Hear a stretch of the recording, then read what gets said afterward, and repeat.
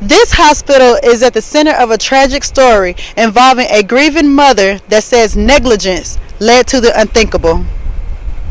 Behind me, a car dealership that's now on high alerts about stolen cars being transported across state lines. While some may argue about the qualifications of our president, one fact stands out. We have a felon in the highest office in the land, while many other felons can't even vote. This speaks volumes about the racial disparities in our criminal justice system.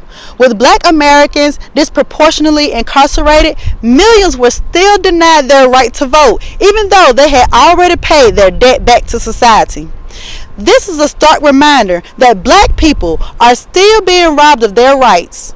For more information on how this affects our democracy, stay tuned. I am Acacia Robertson with WXYZ News. This Amazon facility has become a somber landmark as a young worker tragically lost his life here last week. Consumers are being urged to check their freezers after 160,000 pounds of ground beef have been recalled due to E. coli contamination. The affected products were distributed nationwide and could pose a serious health risk if consumed, according to federal food safety officials. E. coli is a dangerous bacteria that can cause severe illness, including stomach cramps, diarrhea, and in extreme cases, kidney failure. Officials advise consumers to look for specific lot numbers and dates provided by the USDA and discard any recalled products immediately. Experts recommend cooking all ground beef to an internal temperature of 160 degrees Fahrenheit to reduce the risk of contamination. For more information about the recall, please visit the USDA's website or call their hotline. Recent reports show a rise in food recalls, specifically in Walmart, affecting products like organic baby carrots, frozen waffles, and ready-to-eat dinners.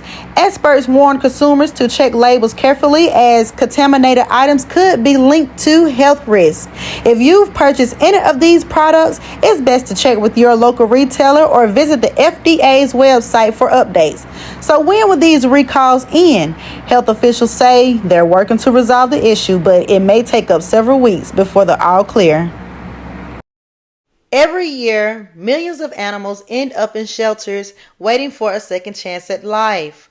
According to the ASPCA, approximately 6.3 million companion animals enter shelters annually, yet only about half of them are actually able to find forever homes.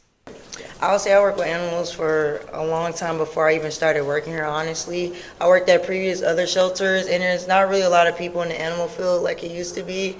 So we try to do our best with animals just because we're really all they got. I'd honestly rather them be here than be on the streets, to be honest.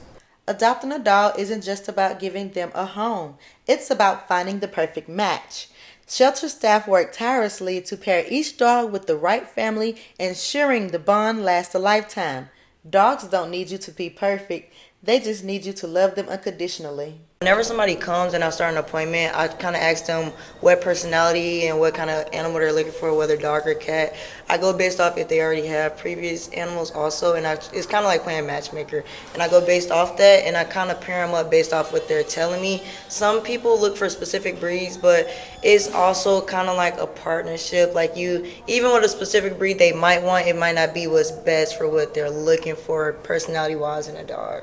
With so many animals in need of homes, the agency emphasizes that even first-time pet owners can provide a loving environment with a little patience and commitment. I went to school to be a rehabilitation services, and over time I was working with people, who had different disorders and behavior issues. Then I started working at this other place, and it just opened doors for me. I thought I wanted to be a case manager, but I ended up switching. And way as it evolved over time, I ended up getting my master's. I've been working as a registered behavior technician, which is below a BCBA, which I'm trying to do. And, I'm working on that. I'm working on studying and passing my certification tests. What we do is we do a lot of assessments. So when we first we do indirect assessments. So indirect, it could be me just interviewing somebody, talking to them, somebody. Direct is more observing. And a lot of times ABA companies that have different assessments. And that's how we look at it, because everybody's behavior is different. So it's not one person who has the same intervention. They can have the same behaviors, but their behaviors are different. So we do different approaches. So basically, you go in, you're observing a child. A lot of times we do ABC data, which is like the antecedent behavior consequence, which is antecedent is like what happens before the behavior, behavior is the behavior, and B is for the behavior, and C is the consequence. So basically, we look at that, and it tells us like what's the function of the behavior.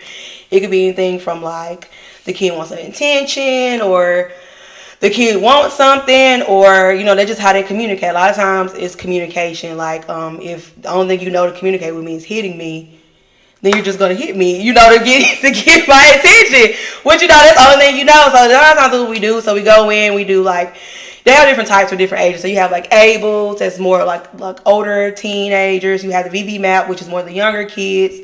And they're just looking at like developmental stages and like where they are in the developmental like stages of their lives. Most of the time, like I said, you look at most of like the age of the person. Like VB map, most of the time you don't use that for like the little kids, early intervention kids. But some people do use it for the older kids. I wouldn't recommend it. That's what I was trying to do it that way. And then sometimes it just depends on what the child's going through. Sometimes you can just do an indirect interview with the parent and like, okay, I got this, I got that. Observing, like most of the time that's it. It just depends on like your company, who you're working for, and it just depends on like what the assessment is. Like Essential Living is more for my older kids who are dealing with, learn how to dress themselves, do stuff like that. So for the month of December, we're doing free adoptions. So really all you need is ID. They ask for your address, phone number, things like that. You sign paperwork, and then you're just good to go. We give you the dogs or cats, whatever you want to get. We also have rabbits sometimes, occasionally guinea pigs sometimes also. Majority of the dogs here, they're strays. So they either come in as strays or animal turn-ins. Some of them are owner arrest, and the owners just never came back for them, or family couldn't get the dogs in time, or cats. Also, some of them are neglect cases, some of them are abandonment cases. So it really just depends on what state the animal is found in. If they're stray and they're not bound up or tied to anything, we can't technically label them as abandonment or anything like that. So, but we do, most of our animals are stray.